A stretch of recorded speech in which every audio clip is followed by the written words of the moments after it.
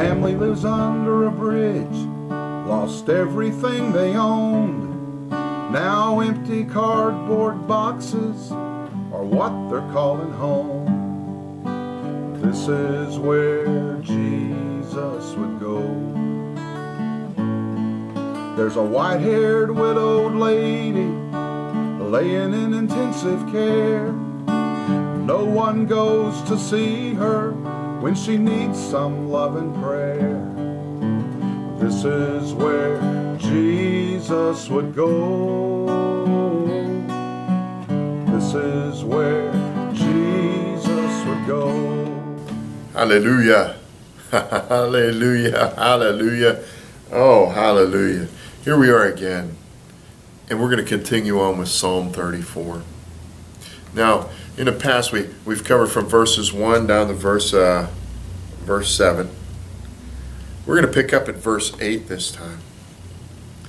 But let's just kind of get back into it, shall we? We're going to start at verse 1 and read down for a little ways. I will extol the Lord at all times. His praise will always be on my lips. My soul will boast in the Lord. Let the afflicted hear and rejoice. Glorify the Lord with me. Let us exalt his name together. I sought the Lord, and he answered me. He delivered me out of all my fears. Those who look to him are radiant. Their faces are never covered with shame. The poor man called, and the Lord heard him. He saved him out of all of his troubles. The angel of the Lord encamps around those who fear him, and he delivers them. And here's where we're going to pick up verse 8. Taste and see that the Lord is good. Blessed is the man who takes refuge in him. Fear the Lord, you his saints, for those who fear him lack nothing. The lions may grow weak and hungry, but those who seek the Lord lack no good thing. Come, my children, listen to me. I will teach you the fear of the Lord. Whoever of you loves life and desires to see many good days, keep your tongue from evil and your lips from speaking lies. Turn from evil, do good, seek peace, pursue it. The eyes of the Lord are on the righteous, and his ears are attentive to their cry. The face of the Lord is against those who do evil, to cut off from memory of them from the earth. Hallelujah. And we just pause there at verse 16. There's more. And again, I want to encourage you as we do this study in Psalm 34, pick it up every morning. Start your morning off. Read Psalm 34. Start from the beginning. Read it to the end. Let's try to memorize Psalm 34. All right? Let's try to memorize it. Let's take our day and contemplate it and think about it. Study it. Turn it over in our head. Chew on it. Let's pick up at verse 8. It says, taste and see that the Lord is good. The word actually is ta'am. I'm assuming I'm pronouncing it correctly. But it's ta'am, which is, it's figurative.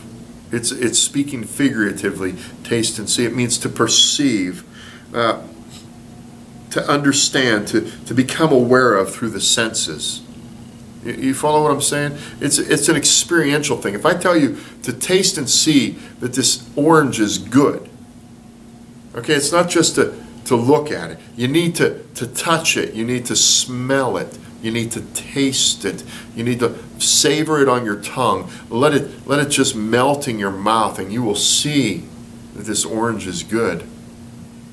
All right? It's like an M&M. It doesn't melt in your hands. It melts in your mouth. You can't just look. You can't go to church and have a good church service. You can't just read the Bible. You can't just say a good night prayer or a thank you for the food prayer. You have to experience God. Experience God with your whole heart, and you will see that he is good.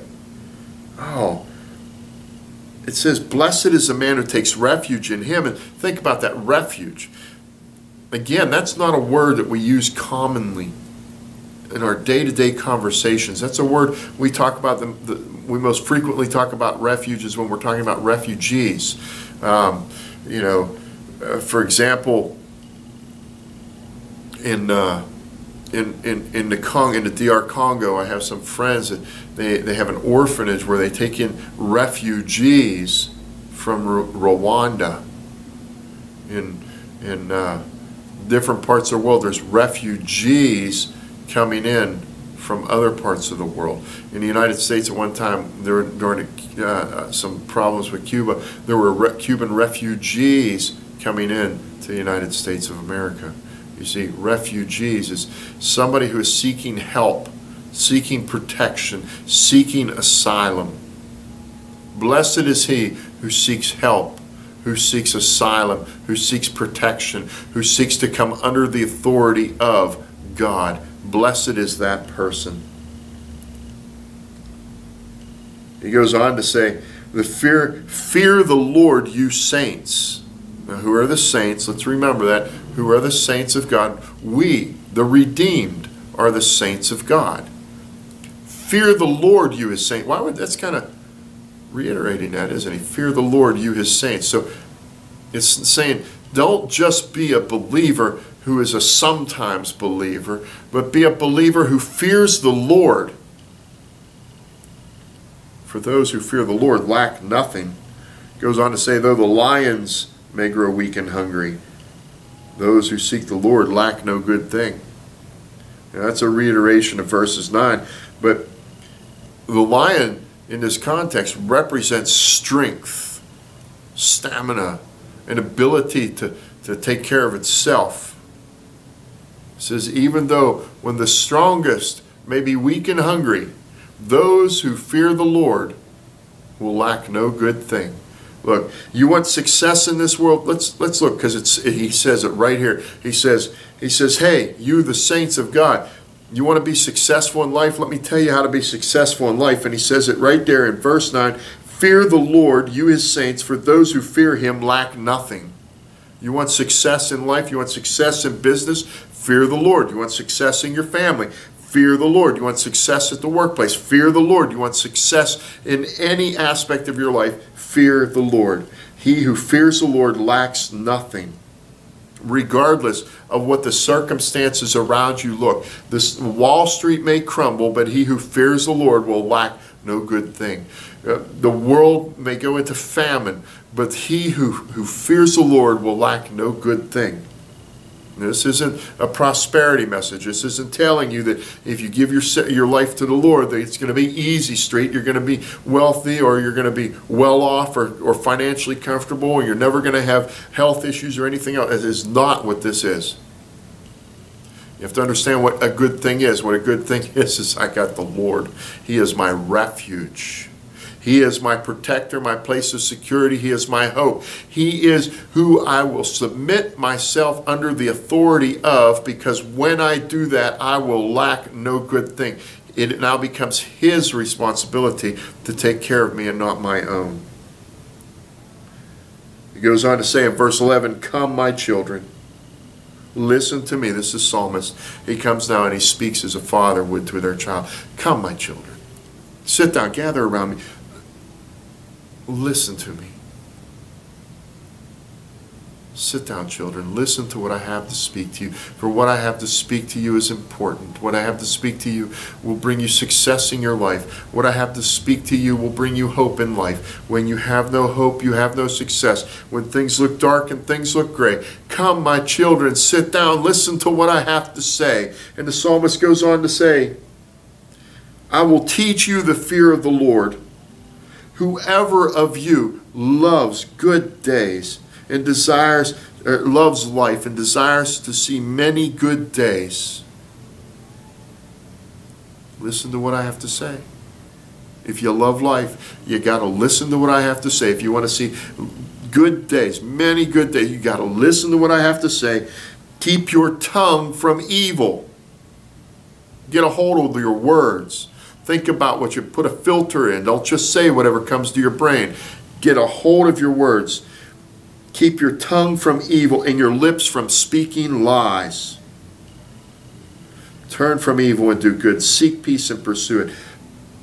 I made a note here. Go back and see verse 7. Remember back, the angel of the Lord encamps around those who fear him, meaning the Lord, who fear the Lord. And he delivers him. All right? Do not speak evil things into existence. Do not lie. Do not do evil, but do good. Peace may be at times elusive. That's what I wrote here. Peace may at times be elusive, but do not give up on it. Speak with truth. Sometimes truth is hard to speak. Speak with kindness. Don't speak evil. Don't speak hate. Don't speak division. Don't speak destruction. Speak peace into the world. Speak goodness into the world. See who a person is and encourage who they are. See the goodness in a person. An enemy comes against you, you can speak about the evil things they do, or you could speak about the goodness that is in them. Oh, but Mickey, it's hard to see the goodness in them. Then look to God and see through His eyes, because He sees something worth saving in that person. So strive to look through the eyes of Christ into that person's heart and speak goodness into their life. Turn from evil and do good. Seek peace and pursue it. It goes on to say in verse 15, the eyes of the Lord are on the righteous, and His ears are attentive to their cry. The face of the Lord is against those who do evil. Again, do what is right. Separate yourself from evil. The Lord is with those who do right, and He is against those who do evil. Again, let's every day while we're studying this, let's read Psalm 34. Let's try to put it to memory. Let's take time before the Lord and allow the Lord to unpack it, bringing an exhaustive unpacking of Psalm 34 into our life. For today, I want to thank you for your time. I want to say, God bless you and be a blessing to the world around you. There's a broken-hearted father suffered his greatest loss as he watched his only son die on an old rugged cross. This is where Jesus would go. This is where Jesus would go.